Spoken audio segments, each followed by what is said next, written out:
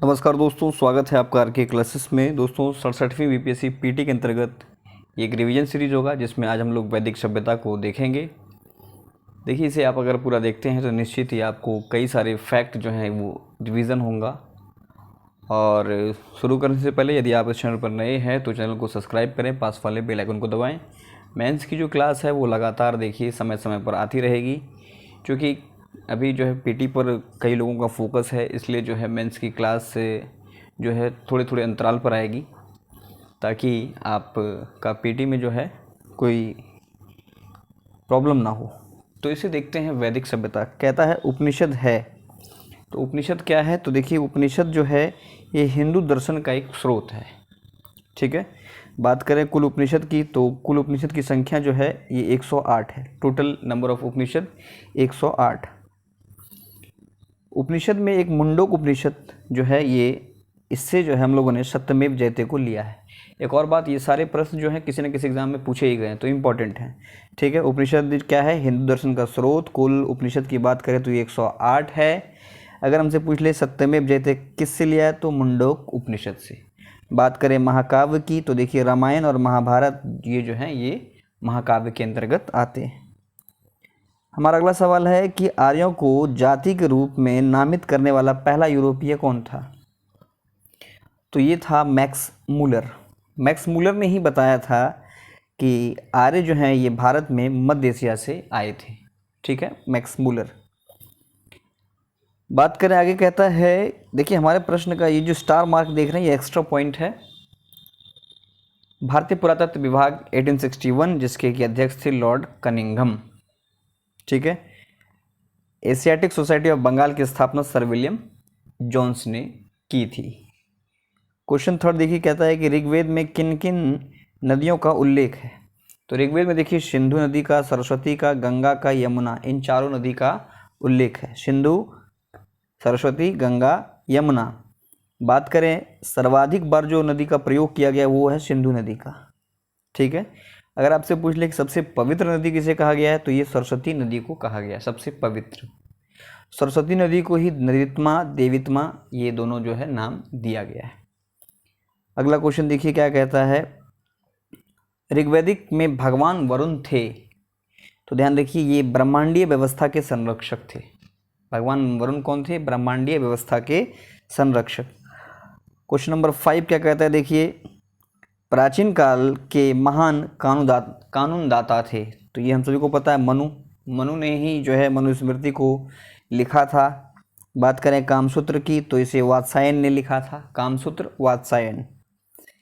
इसके अलावा देखिए कुछ फैक्ट ध्यान में रखिए, सूर्य केंद्र में है एवं पृथ्वी उसके चारों ओर चक्कर लगाता है, ये आर्यभट्ट ने बताया था। ठीक है, नेक्स्ट, प्राचीन भारत में भारत पर आक्रमण करने वाले कौन थे सबसे पहले? तो ये आर्य थे। इनका एक ग्रुप होता था, मतलब ये इन्होंने जो है समूह झुंड में जो है भारत पर चढ़ाई की थी। नेक्स्ट है, भारतीय संगीत का जनक कौन सा वेद है? तो सामवेद। अगर आपसे पूछ ले ऋग्वेद के पाठ्यकर्ता को क्या कहते हैं, तो होत्री कहते हैं, ध्यान रखिए। बात करें यजुर्वेद की, इसमें तो बलि से संबंधित नियम कानून है, इसके पाठ्यकर्ता को अर्धवर्यु कहते हैं। नेक्स्ट क्वेश्चन देखिए क्या है कि गार्गी, मैत्रेय और कपिला इन तीनों का घर था। तो देखिए मिथिला में इन तीनों का घर था।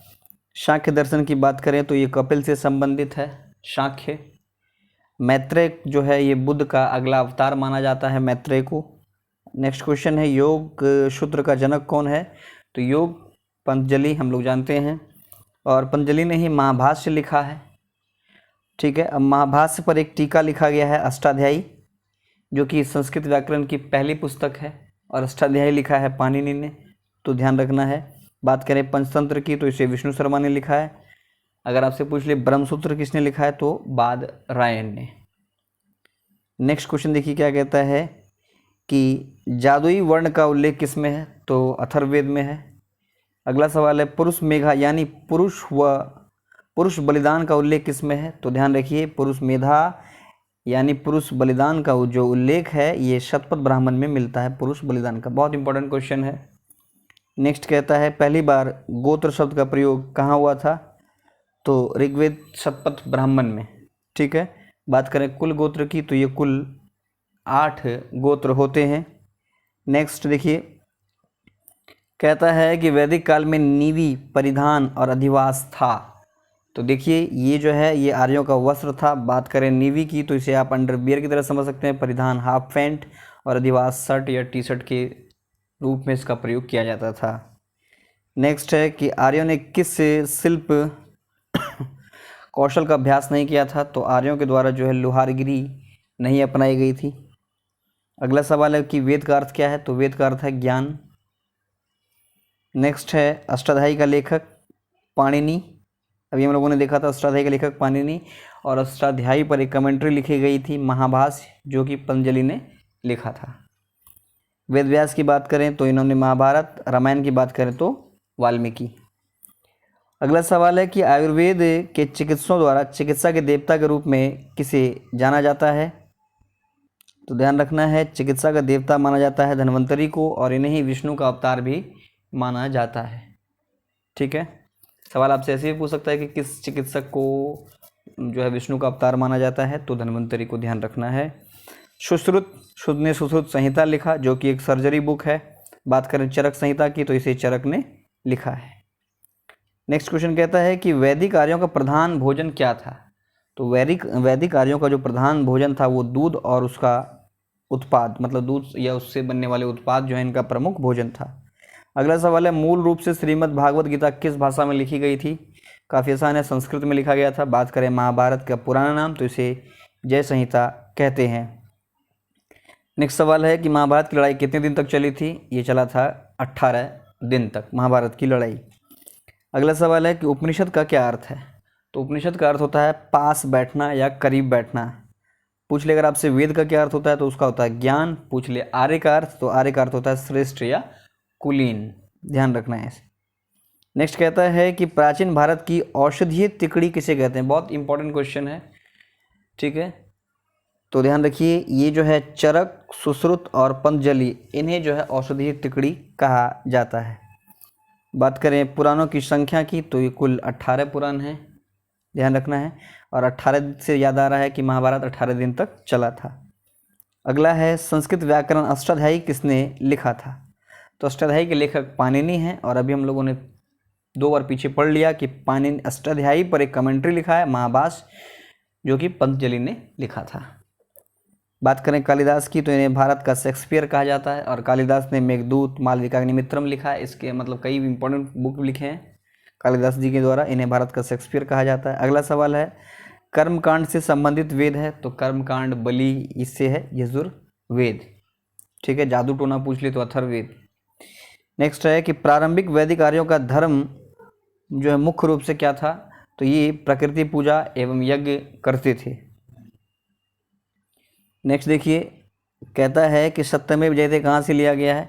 तो मुंडकोपनिषद से सत्यमेव जयते को लिया गया है।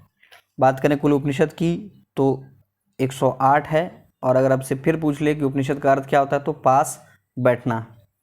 नेक्स्ट, मनुस्मृति का संबंध किससे है। तो मनुस्मृति में जो है देखिए क्या किससे रिलेटेड है, तो कानून से संबंधित है ये। अगला सवाल है कि भारत की जाति व्यवस्था किस लिए बनाई गई थी। तो भारत में जो जाति व्यवस्था बनाई गई थी ये बनाया गया था श्रम का व्यावसायिक विभाजन हेतु, ठीक है।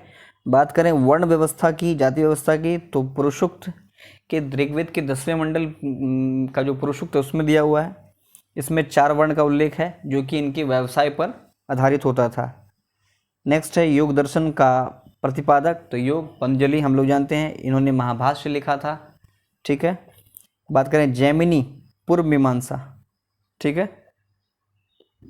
नेक्स्ट है कि वैदिक गणित का सबसे महत्वपूर्ण पाठ क्या है। तो वैदिक गणित का सबसे महत्वपूर्ण जो पाठ है ये है शुल्ब सूत्र, और शुल्ब सूत्र जो है ये ज्यामिति से संबंधित है।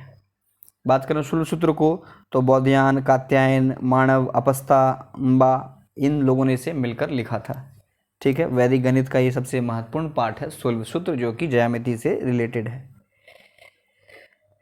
छांदोग्य उपनिषद में म्यूजिकल इंस्ट्रूमेंट के बारे में लिखा गया है। अगला सवाल कि गायत्री मंत्र की रचना किसने की थी। तो विश्वामित्र के द्वारा गायत्री मंत्र की रचना की गई थी, और इंद्र को पुरंदर भी कहा जाता है। पुरंदर का अर्थ है महलों का विनाशक। इंद्र को वर्षा का देवता, युद्ध का देवता ये भी माना जाता है। अगला सवाल देखिए क्या कहता है कि आर्य समाज के अनुसार 4 आश्रम क्या है। तो सबसे पहले ब्रह्मचर्य, गृहस्थ, वानप्रस्थ, संन्यास। ठीक है। नेक्स्ट देखिए, उपनिषद पुस्तक किस पर आधारित है। ये है दर्शन, फिलॉसफी पर आधारित है उपनिषद। बात करें उपनिषद की कुल संख्या तो 108, और उपनिषद का अर्थ होता है पास, बैठना। पुराण की संख्या अगर पूछ ले तो 18 पुराण की संख्या है। ठीक है। मुंडकोपनिषद से हम लोगों ने सत्यमेव जयते लिया है। नेक्स्ट कहता है कि भारतीय इतिहास पर वैदिक संस्कृति का प्रमुख क्या प्रभाव है। इंपॉर्टेंट क्वेश्चन, घुमा देने वाला। तो ध्यान रखिए, भारतीय इतिहास पर वैदिक संस्कृति का जो मेन इफेक्ट पड़ा है, यह जाति व्यवस्था कठोर हुई, इससे जातिवाद में वृद्धि हुई। अगला सवाल देखिए, रिपीट हो गया है, इंपॉर्टेंट है कि वैदिक गणित का सबसे महत्वपूर्ण पार्ट क्या है। तो शूल सूत्र अभी हम लोगों ने देखा था, ये ज्यामिति से रिलेटेड है। नेक्स्ट है, कंबोडिया के किस मंदिर में रामायण एवं महाभारत के दृश्यों को दर्शाया गया है। तो कंबोडिया का जो अंकोरवाट मंदिर है, इसमें जो है रामायण और महाभारत के दृश्यों को दर्शाया गया है। ठीक है। और अंकोरवाट मंदिर में जो है विष्णु मंदिर भी स्थित है। नेक्स्ट है कि प्रारंभिक वैदिक युग की सभ्यता के बारे में जानकारी देने वाला कौन सा वेद है। तो प्रारंभिक वैदिक युग के बारे में जानकारी देता है हमें ऋग्वेद, जो कि सबसे पुराना वेद है। बात करें ऋग्वेद, यजुर्वेद और सामवेद को वेद त्रयी कहा जाता है। वेद त्रयी ध्यान रखना है। नेक्स्ट है कि वैदिक काल में जनता राजा द्वारा वसूला गया कर क्या कहलाता था। तो इसे बलि कहा जाता था, बलि। अगला सवाल देखिए कि वैदिक काल में पहली बार किस धातु का उपयोग किया गया था। फर्स्ट टाइम तांबा, कॉपर। नेक्स्ट है, आर्य का शाब्दिक अर्थ क्या है। तो देखिए, आर्य का जो शाब्दिक अर्थ है ये होता है श्रेष्ठ या कुलीन। अगला देखिए क्या है, ऋग्वेद के सबसे प्रमुख देवता कौन थे। तो ये थे इंद्र। इनके बारे में ही जो सबसे अधिक मंत्रों का उपयोग किया गया था, लगभग 250। इन्हें पुरंदर भी कहा जाता है, जिसका अर्थ होता है महलों का विनाशक। बात करें अग्नि की, तो अग्नि मानव एवं भगवान के बीच मध्यस्थता की भूमिका निभाते थे, ऐसा लोगों का उस समय मानना था। अगर आपसे पूछ ले कि आर्य जनजाति की सबसे पुरानी बस्तियां कौन सी थी या किस क्षेत्र में थी, तो ये जो सप्त सिंधु प्रदेश है, यहाँ पर आर्य सबसे पहले आकर के बसे थे। बात करें वितिस्ता, तो ये झेलम का पुराना नाम है। अस्किनी ये चिनाब का पुराना नाम है। परुशनी ये राबी का पुराना नाम है। नेक्स्ट देखिए क्या कहता है, पुरुषुक्त संबंधी चर्चा किस मंडल में है। तो ऋग्वेद के 10वें मंडल में। इसी में जो है वर्णों के बारे में बताया गया है, 4 वर्णों के बारे में बताया गया है। अगला सवाल देखिए क्या कहता है, ऋग्वेद काल में धनी का मापन होता था तो गायों की संख्या के आधार पर। ठीक है। और गायों को अधन्या मतलब जो मारने योग्य ना हो, इस श्रेणी में रखा गया था, और मारने वाले को मृत्यु दंड मिलता था, और उपहार के रूप में भी जो है गायों को दिया जाता था। आगे देखते हैं। अगला सवाल कहता है कि दक्षिण भारत का आर्यीकरण किसने किया था। तो ये थे अगस्त ऋषि ने। इन्होंने दक्षिण भारत का आर्यीकरण किया था। अगर आपसे पूछ ले ये किस काल से संबंधित हैं, तो संगम कालीन ऋषि थे अगस्त्य। नेक्स्ट है, न्याय सूत्र के लेखक। तो न्याय सूत्र के लेखक गौतम है। सांख्य की बात करें तो कपिल, ध्यान रखना है।